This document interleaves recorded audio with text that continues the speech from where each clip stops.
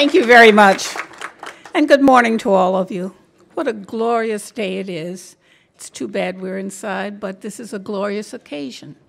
This morning there was an article in the paper, kind of human interest thing, about how May Day has been celebrated over the years. It's used many different things to celebrate on May Day. We had the maypoles, we have celebration of communism, but at one point, May Day was used to address the needs and the health of children.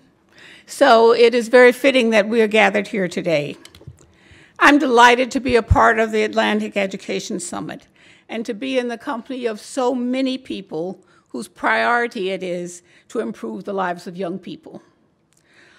At America's Promise, our vision is that every child in America has the opportunity and the support to reach their full potential and pursue their American dream, whatever that may be. For too many kids, and we've heard the discussions about diversity and segregation in schools and so forth, for too many of our children, the obstacles that have been placed in front of them, barriers not of their own making, cause the American dream to feel more like an illusion. We believe, and research affirms, that every young person needs and deserves 5 basic things, and we call those the 5 promises. They need these things in order to not only to succeed, but to thrive, and it's something all of us need. These promises are caring adults in every child's life, safe places to grow and learn, a healthy start, and an education that prepares them for the future. And most importantly, they need an opportunity to help and learn for themselves how to keep these promises. This is the way we pay it forward. They need all 5 promises in every aspect of their lives, from their earliest moments to reaching adulthood. I saw a film a few years ago at a gathering that we had that shows how children learn, and they start very early. In this film, there were babies 6 and 8 weeks old, and you watch them learn how to imitate the expressions on the people who were looking at them. It only took a few seconds for them to absorb this and to imitate those facial expressions. So we know that they're learning from the very beginning, and we have to be aware of this and take the responsibility for each one of us to find a way to fulfill these kids' things. But it's not just what adults know and can do. A foundational value and operating principle for America's Promise is youth voice. We at America's Promise listen to young people. They are the experts in what they need and how we can help. Our job is to be their allies and to support them as leaders and agents of change in our country. Today, our panel has both experience and youth. They will share their insights on the intersection of 2 of these 5 promises, an effective education and a healthy start. These are inextricably entwined, and we are grateful to Robert Wood Johnson for their partnership in creating successful and healthy schools.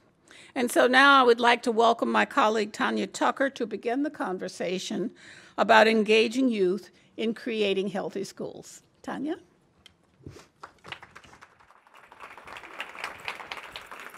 Thank you, Mrs. Powell. So what if every young person went to a school where they felt safe, engaged, and empowered, where academics were the focus, as well as their social and emotional development and physical health, where parents and the broader community felt welcome and engaged to support young people's success? What if those schools were actually the norm and not the exception? America's Promise is proud to be partnering with Robert Wood Johnson Foundation, along with Child Trends and Washington University in St. Louis, on the Together for Healthy and Successful Schools initiative, launched to better understand the dynamics that foster and stand in the way of creating healthy school environments. We'll be working deeply with 6 diverse communities, learning from them, and taking those learnings to help fuel a national movement to help build more demand for and enlist new champions and advocates for creating more healthy schools. We're happy to have one of those communities, Cherokee County School District in South Carolina, with us today. And I'm pleased to be joined by Christina Cody, a science teacher at Blacksburg High School, Tyler Norris, an 11th grade student at Gaffney High School. Welcome to you both. And they're here today to talk about a critical element of this work, which is engaging youth as leaders in creating healthy schools. So Christina, I'm going to start with you. How did you begin supporting student-led work focused on health and wellness? So back in 2014, I presented our county childhood obesity data to my students. I come across it in a search, and they were astounded. And they wanted to let people know and build awareness. And but what really struck me was our disparities. And one of my students actually said, so just because I'm black means I can't be as healthy as a white person.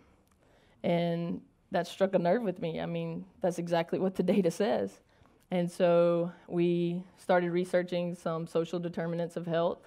We reached out to some partners, and I went back to college, and Fit Together kind of evolved that way, and these youth are going to do something in our community. So can you explain just a little bit what Fit Together is? So this is how Fit Together started.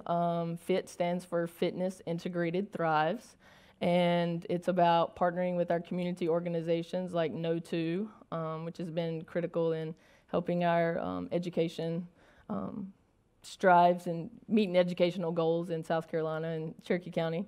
And so we go out into the elementary schools, we host events on healthy eating, physical activity, and then mental social health with teachers for teacher retention and recruitment. So, great. So Tyler, how did you get involved in this work, and why do you think it's important for young people to be involved with creating healthier schools? I grew up doing multiple sports, like as of right now I'm doing cross country and track, and so I kind of grew up with being healthy and being physical, and so during my off season I needed something to do, and Cody was leading a workout program after school, and I decided to start going to that, but she had a disabled kid who she needed to work with a little bit more, and so I kind of stepped up and started leading some of the some of the power hour, and after a while she started kind of putting more and more responsibility on me to be a leader.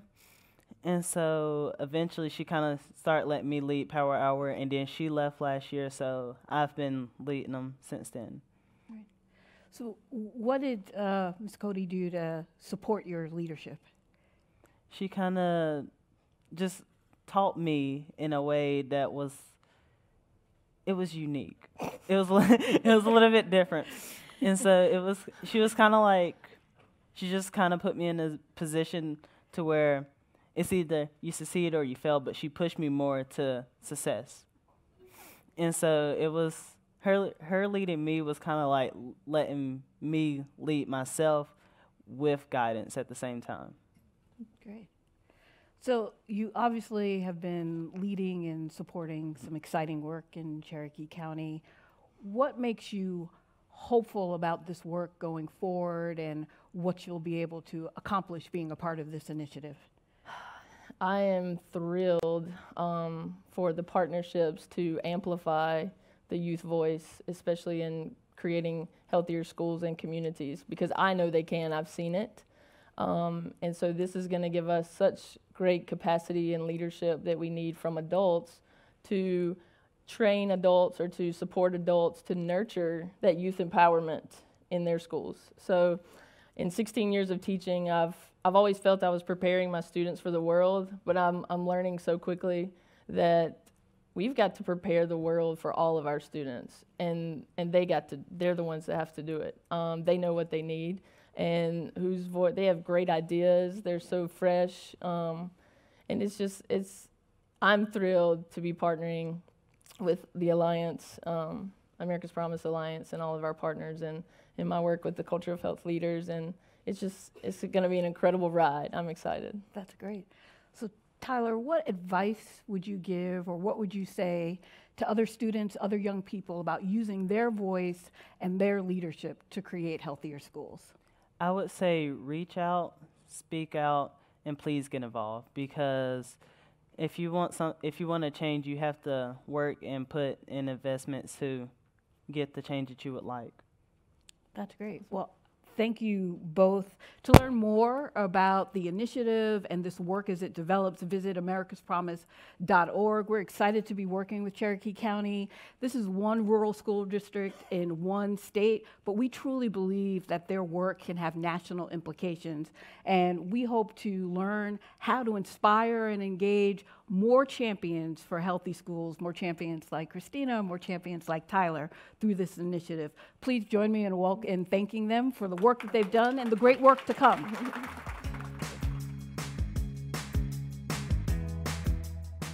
Everyone.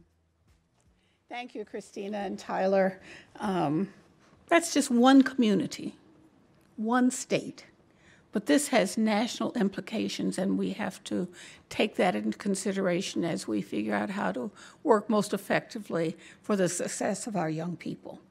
So stay tuned. We'll keep you posted.